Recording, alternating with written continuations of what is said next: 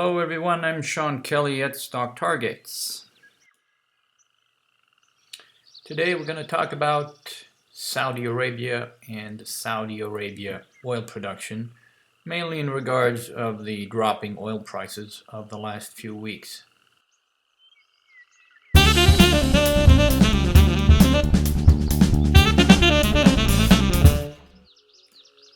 We're now in January 2015. Oil prices fell as low as $49 just a few days ago. And we need to go through the fundamentals of oil to understand where we are and where we're headed from now.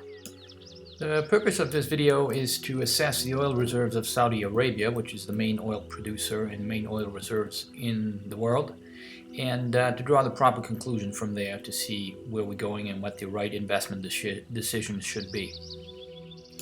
Saudi Arabia is still and remains the world's largest oil producer, but, and there's a big question mark here, the Saudi oil production has shown signs of weakness over the last 5-6 years and showing roughly a 0% growth in daily production. The Saudi Energy Ministry has always claimed that Saudi Arabia has a capacity to increase their production by 20% at any given time, but we have to come to the conclusion that this is now false and wrong. The Saudi Arabian oil reserves seem overstated. We had original oil in place of about 268 billion barrels in 1948, and we can today say that that number is perhaps even exaggerated. 220 to 240 billion barrels seems to be a more realistic number. Up until today, 145 billion barrels of oil have been extracted in Saudi Arabia. So given the reserves, that means that 55% of all the oil in Saudi Arabia has been pulled out of the ground, and this has a pretty deep meaning because Saudi Arabia has therefore peaked its production. Several signs for this oil production peak, one being that no new discoveries have been made since 1968. Over the last 10 years, 50% of the new oil wells are now counted to be offshore, and only 50% of the oil wells are still on the mainland, and therefore the mainland oil reserves are not as big as planned, and that they're slowly moving out of that area and going to where there's the oil remaining in Saudi Arabia, which is offshore. As said, most new wells are offshore in the Persian Gulf, where the oil is more difficult, slower, and more expensive to access than on mainland. This leads us to take a good close look at what the main oil field of Saudi Arabia has been doing over the years. It is the Ghawar oil field, the largest oil field in the world, discovered in 1948 and started production in 1951. The original oil in place in that field was between 170 and 190 billion barrels, in other words 10% of world oil reserves and up to 60% of the Saudi Arabian reserves. Now we're making the claim that this large oil field is nearly empty and that there's not a whole lot of new potential opening up in Saudi Arabia, which can have serious effects on the world oil exports. The Ghawar oil field contained originally between 85 and 115 billion barrels, 105 to 112 billion barrels being the latest numbers we're looking at. And we can say today that 75 to 80% of the oil from the Ghawar oil reserves in the Ghawar oil field have been extracted and are no longer available. Looking at the past production of the Ghawar oil field, 85 billion barrels have already been extracted on that field between 1951 and 2014. That means it's 70 to 80% empty, 80% being closer to the real figure. That means that another 30 billion barrels are recoverable from the Ghawar oil field, but this will also mean that we'll have a decrease in production from that field of 5 to 7% per annum for the next 20 years. So in order to have a clear view of what is happening in Saudi Arabia, let's first of all look at just Ghawar in itself. According to our numbers, the Ghawar field has peaked its production in 1998, and now the production on the field is down 35% from that number, which is a clear sign that we are in decline and that the field is running slowly on empty.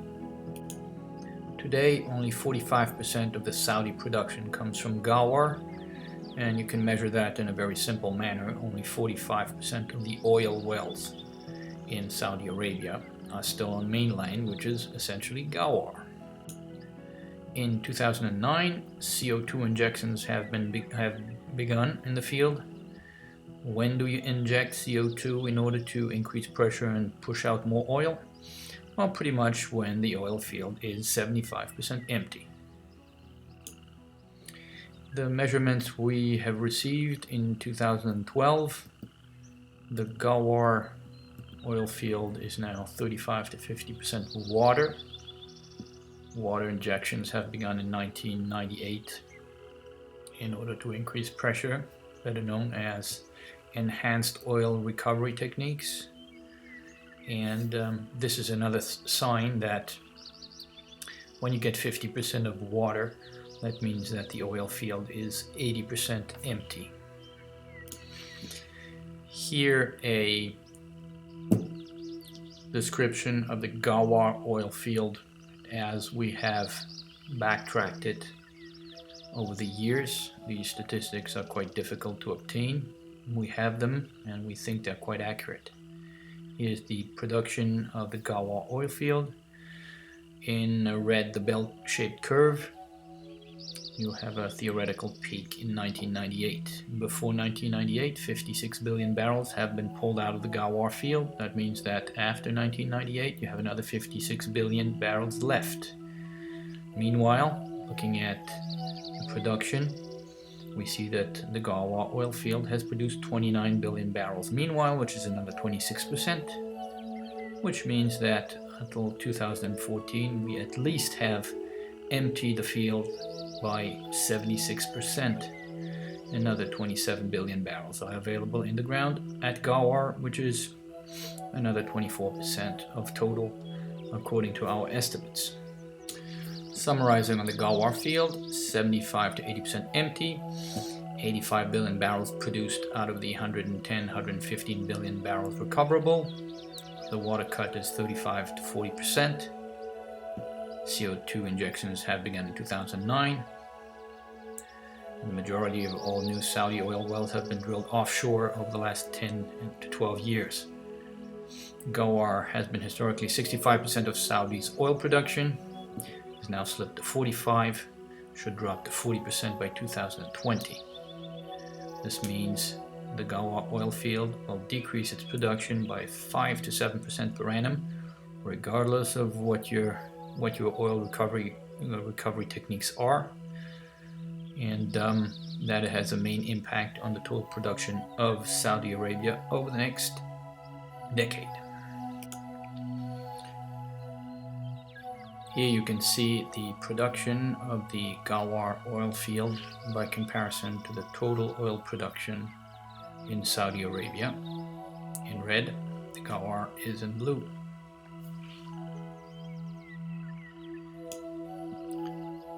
The Ghawar production in 2014 has been about 45% of the total production in Saudi Arabia.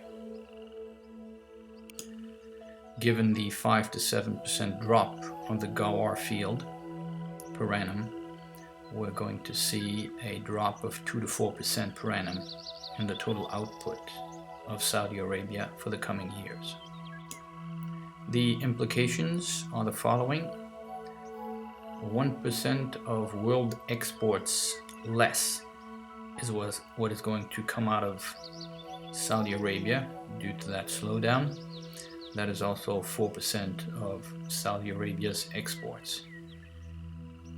The national consumption in Saudi Arabia also is increasing by 2% per annum due to population growth, transportation, desalinization, agriculture, industry, and so forth.